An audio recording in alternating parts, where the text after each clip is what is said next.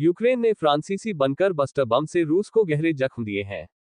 इस बम की मदद से यूक्रेन ने रूस के कई सैन्य ठिकानों को तबाह कर दिया है।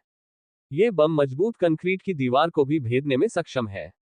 इसने हाल में ही रूसी सेना के एक मजबूत सैन्य ठिकाने को तबाह किया है। यूक्रेन ने फ्रांस से मिले हैमर बंकर बस्टर बम से रूस के एक सैन्य मुख्यालय को तबाह करने का दावा किया है। इस बम को दागने के लिए यूक्रेन ने मिग-29 लड़ाकू विमान का इस्तेमाल किया, जिसे सोवियत संघ के जमाने में बनाया गया था। इस घटना के एक फुटेज में एक यूक्रेनी मिग-29 विमान को रूसी अंडरग्राउंड बेस पर हैमर बंकर बस्टर बम को गिराते हुए दिखाया गया है। बम गिरने के बाद बंकर की छत को चीरते हुए नीचे घुसा और उसके बाद अंदर से एक विशाल आग का गोला फूट पड़ा।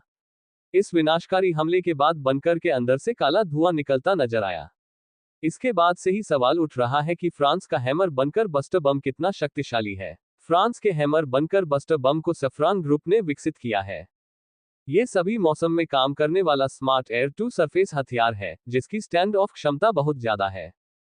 इस बम ने अपने वॉरहेड और गाइडेंस किट के साथ क्लोज एयर सपोर्ट मिशन के साथ डीप स्ट्राइक मिशन में अपनी ताकत का लोहा मनवाया है। Hammer bunker buster fire and forget की तकनीक पर काम करता है। इसका मतलब इसे लक्ष्य पर फायर करने के बाद निगरानी की आवश्यकता नहीं होती है। ये किसी भी प्रकार के गाइडेंस सिस्टम के साथ काम करने में माहिर है।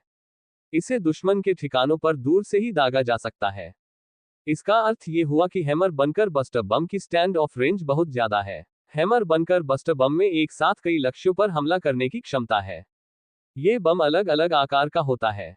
ऐसे में सभी स्ट्राइक मिशन के लिए इसका इस्तेमाल किया जा सकता है। हैमर बंकर बस्टर 125, 250, 500 और 1000 किलोग्राम की रेंज में आता है। ये स्वायत्त रूप से काम कर सकता है और दुश्मन की जैमिंग को भी चकमा दे सकता है। इस बम को कोई भी लड़ाकू विमान कम ऊंचाई से या उबड़-खाबड़ इलाकों में स्थित लक्ष्यों पर भी लॉन्च कर सकता है। हैमर बंकर बस्टर की रेंज 70 किलोमीटर होती है, हालांकि इसके बम के आकार पर रेंज घट या बढ़ सकती है। इसे खास तौर पर कंक्रीट के मजबूत ढांचे जैसे बंकर या बिल्डिंग को नष्ट करने के लिए इस्तेमाल किया जाता है। इस बम में कई तरह के गाइडेंस किट होते हैं, जिन्हें जरूरत के हिसाब से इस्तेमाल किया जा सकता है।